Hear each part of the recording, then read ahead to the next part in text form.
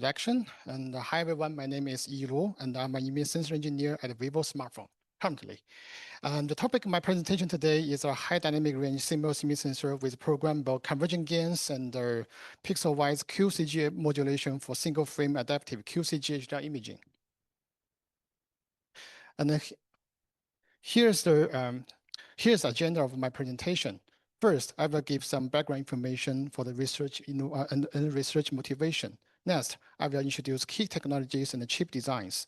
After giving some experimental results, I will conclude my presentation. First, I will start with the background information. In today's high dynamic range imaging, there are basically two trends. One is based on multiple frames, and the other one is based on a single frame. By merging multiple frames into to generate an HDR image, techniques like a staggered HDR imaging has already available in most of today's products. In single frame HDR imaging, HDR images are produced by merging multiple pixel readouts in a frame period. Compared to the multi-frame HDR, single frame HDR can get a better image quality, less motion artifacts, and in a native resolution. As for today, we already have many kinds of single frame HDR imaging such as DCG, TCG, DAG, with many more will come in the future. Although single frame HDR is preferred, it still has many issues. One of the most critical issues is a limited dynamic range. Let's take the most advanced single frame HDR imaging technique, triple CG HDR, as an example. The pixel has 3 convergent gains, which are high CG, middle CG, and low CG. Every CG means offer a unique sensitivity to extend pixels' dynamic range. In a frame period, pixels are read out 3 times. After merging 3 pixel readouts, an HDR image is produced. From the SNR curve, we can see the merging 3 pixel readouts can only extend dynamic range up to about 90 dB. However, in order to cover more lights and shadows, pixels dynamic range should be extended to over 100 dB. Therefore, we need to figure out a solution to extend the pixels dynamic range. To achieve that target, the most direct way to extend dynamic range is adding more CGs to increase sensitivities. For example, we can add super high CG to extend dynamic range in dark, or we can add super low CG to extend dynamic range in light. By merging all pixels readouts, the dynamic range can be easily extended to over 100 dB. However, adding more CGs requires extra rounds of pixel readouts and signal processing, which will lead to higher power consumptions and frame rate reduction. Therefore, the motivation of this research is to extend dynamic range with high power efficiency and without reducing frame rate. With that in mind, we came up with the idea of flexible dynamic range extension and adaptive HDR imaging. As shown in this slide, we add a programmable CG to realize flexible dynamic range extension. Meanwhile, according to the scenes to be captured, we introduce pixel CG modulation to adaptively search for the most suitable CG for pixel readouts. In general, we propose a programmable CG to extend the dynamic range and the pixel CG modulation with a single round of pixel readout to save power and keep the frame rate. Next, I will talk about 2 key techs to realize the aforementioned idea. The first key tech is the programmable CG. Shown on the right-hand side is the circuit example of the pixel array.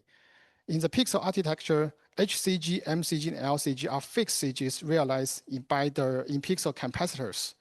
The programmable CG is formed by inter-pixel connections. By switching on and off the inter-pixel transistors INT, pixels in the same column are hereby connected.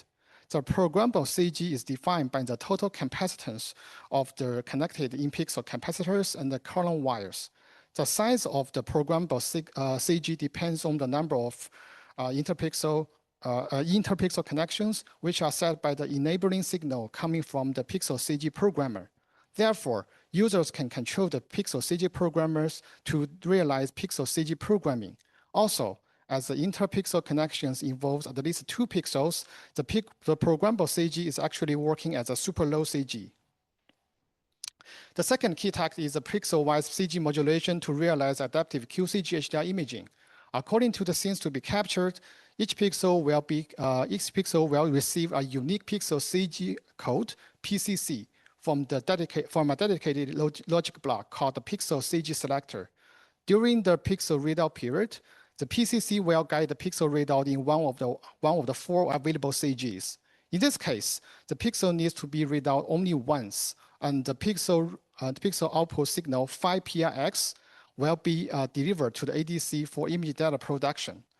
After the readout process is done for all pixels, there will be an image data frame and a PCC code map. Both the PCC map and the image data frame are processed by the ISP to generate the final HDR image. Next, I will briefly introduce the chip design and its operation. The pixel shows the overall system block diagram. Inside the image sensor chip, the pixel array is surrounded by supporting blocks. The CG programming and the row decoders module, CGP, is in charge of the CG programming. The column parallel pixel CG module block, PCM, contains pixel CG selectors to produce PCC data. Each column of pixels share the same pixel CG selector, which determines the PCC based on the pre-readout signals. All pixel readouts are digitized by column parallel single-slope ADCs and scanned out as image data. The ISP chip receives both PCC data and the image data coming from the image sensor.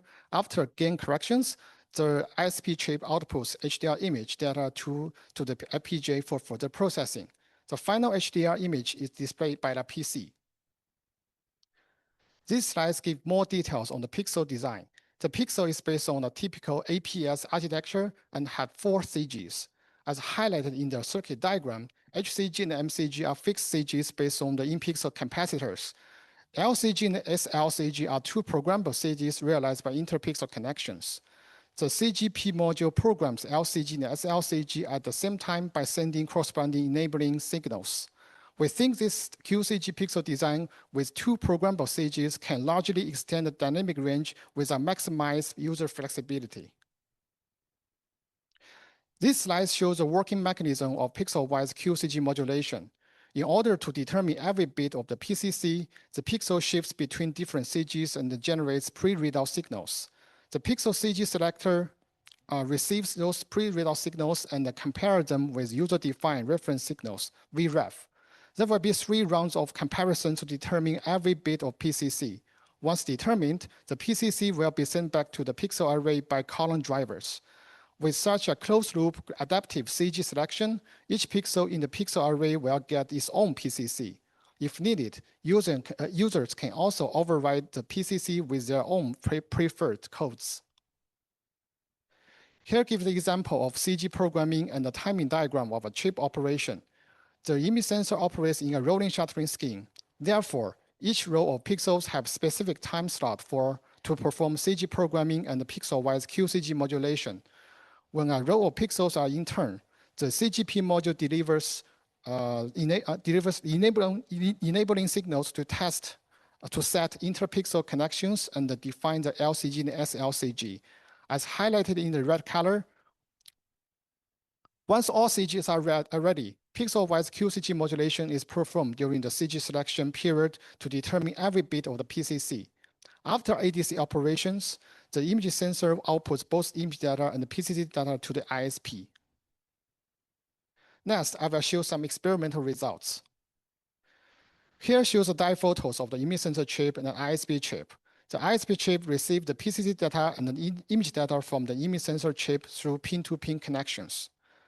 Showing these slides, I measured the PRCs and the SNR curves when LCG and SLCG are programmed in different parameters.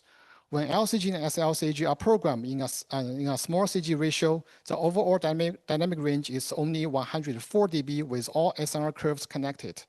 If LCG and SLCG are programmed to have the largest CD ratio, the overall dynamic range can be reached to 120 dB. However, image quality is compromised due to the SNR dips. Therefore, there will be a trade-off between the dynamic range extension and the image quality. In terms of power, here gives the overall power consumption when operating in different CG modes. It's clear to see that adaptive QCG-HDR can reduce power consumption comparing to the QCG-HDR. although it's still higher than the single CG mode due to the operation of those CGP, PCM, and the ISP chip, about 60% of power is saved. Also, when the frame rate goes higher, measurement results indicate the system consumes more power with the power FOM keep still. Here shows some sample images when operating in adaptive QCG-HDR imaging. We can see the PCC data will look like a 3-bit mask, with each pixel represents a specific CG mode. Also, the image data consists of pixels in different CG modes. Shown on the right-hand side is the recovered HDR image. Finally, I will conclude my presentation. In comparison to other related works, the proposed design has advantages in dynamic range extension and power consumption. The Pixel has 2 programmable CGs without any in-pixel signal buffers nor charge modulators. Also, the proposed adaptive QCG-HDR imaging has the best power efficiency. In conclusion, in this presentation, we introduced Pixel CG programming and the Pixelwise QCG modulation for flexible dynamic range extension and power saving. We also give an image sensor design with dual CG programming and adaptive QCG-HDR imaging. In general, we propose a single-frame HDR imaging solution for users' flexibility and power efficiency. However, the trade-off between dynamic range extension and image quality still needs a special attention. Okay, that's my presentation. Thank you very much. I think we got a lot of time for the question.